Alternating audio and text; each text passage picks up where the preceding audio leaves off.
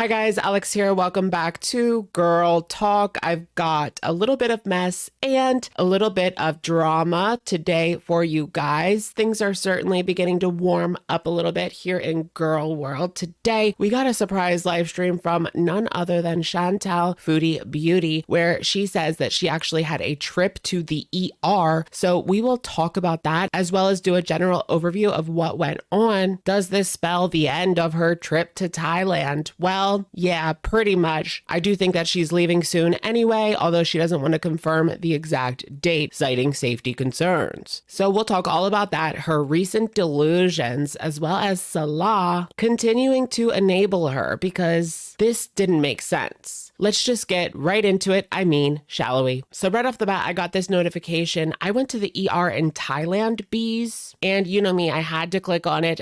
Come on. Her live streams recently have been super boring, but something like this, of course, she's going to use it for a little bit of clicks and views on that channel, girl. Come and get it. Tell us the story time. It gets pretty gross. So what happened is that she went to the ER because of chub rub, but it got worse than that. It was actually a boil or a cyst on her thigh. Doing so much walking in Thailand, it actually grew swollen, big, and purple. She keeps saying how big it was. It was just a ginormous boil, so big it couldn't wait until she got back to Kuwait. She claims that she is okay, but she did need medical attention and she had to come on for some other attention, if you catch my drift. She really does thrive off of that because her views have been in the toilet lately. Surprisingly, people don't want to see her walk around Thailand. They just don't care unless she's getting fat shamed or climbing into a tuk-tuk. She wasn't admitted, but they did a simple outpatient lancing surgical procedure that was super painful.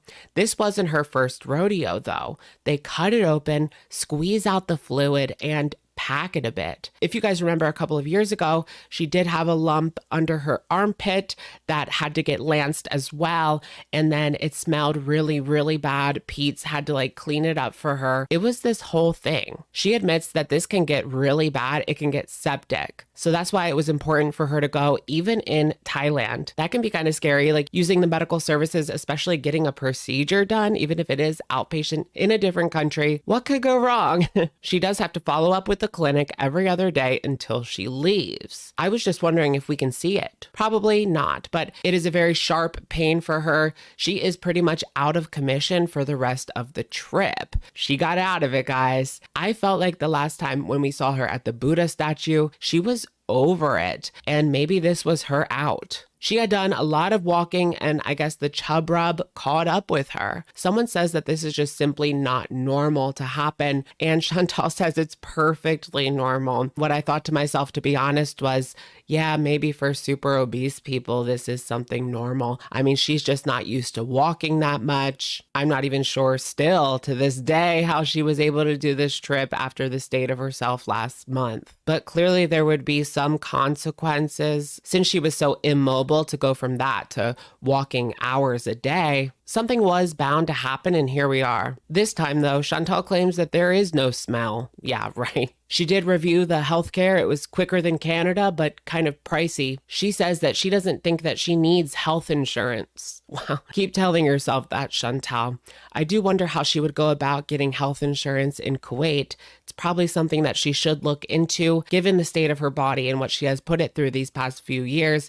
Anything could happen at any time, and it would bankrupt her at this point. So yeah, maybe think about health insurance or keep living in Delulu land, risking it all for what? She finally addresses the fire. I was kind of side-eyeing her a couple of vlogs ago. She went to this floating market, and then people found out that just days after she was there, the whole market went up in flames. It was a tragedy, but luckily everyone escaped with their lives. I felt that it was kind of weird that she hadn't addressed it, except for in the comment section. Although if you're in the ER getting a boil lanced, I guess that's a pretty good excuse, huh? She says that there's a few more vlogs coming up, and then I assume she's going home. Why do I feel like I miss Kuwait? Just something about this Thailand trip. The first video hit because it was just such a shock. Her getting into the tuk-tuk and being fat shamed by that woman, if you want to call it that. All in all, she just doesn't know how to edit a video to make it entertaining. And she puts in too many shots of just look at this for way too long. Like look at the back of the tuk-tuk driver's head for a minute and a half. It's unnecessary. So let's get back to eating in Kuwait.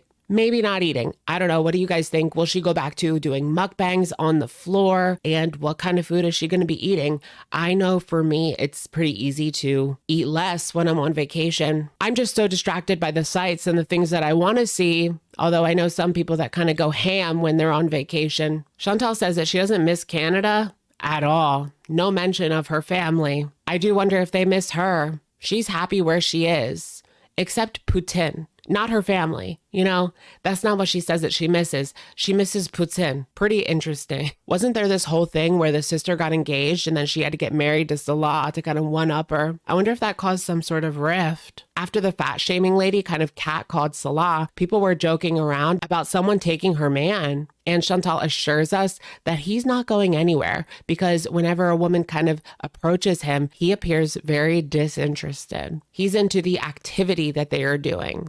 Right. She also admits that she washes her face now, and in the past, she would just run cold water over it. And she's not going to give a crap about what the haters have to say. She gets fat shamed every day. People laugh at her. These are her words. But she just doesn't care anymore. Somebody asks about Nader and Didi and what's going on with Didi's mom. She says that she flat out doesn't care. She will never go back to Nader and Didi and even talking about them or mentioning them. I think it's safe to say we can leave them in the past. Although she claims that people are salivating for her to talk about Nader and Didi. I haven't even really thought about them. It is easy to ignore all the BS when you're on a vacation though, or if you're just a happy person in general. Abizer came in and something serious happened to them. It was interesting to watch her feign concern. Salah is super tired. He's like passed out. He's half passed out off camera while she crunches on chips and talks about wanting 7-Eleven. A lot of people were wondering what happened to Howie and Julia, and she assures us that they have been boarded and are well taken care of. That must have cost a pretty penny. I never heard of boarding a hamster, but I guess you have to do what you have to do. Towards the end of the live stream, Salah offers to go get her 7-Eleven, even though he's super tired. And I have to wonder, why is he enabling this? He could just go to sleep. She doesn't need any more food. Let's be real here. Unless he wants her to get bigger. That's a possibility. Is he feeding her? I'll leave you with that question. All right, you guys, that's going to be it for today's video. Let me know what you think about Foodie's ERBs. She rushed to the ER for a simple procedure. Let me know what you guys think, and I will, of course, catch you guys in the next one. All right. Bye, guys.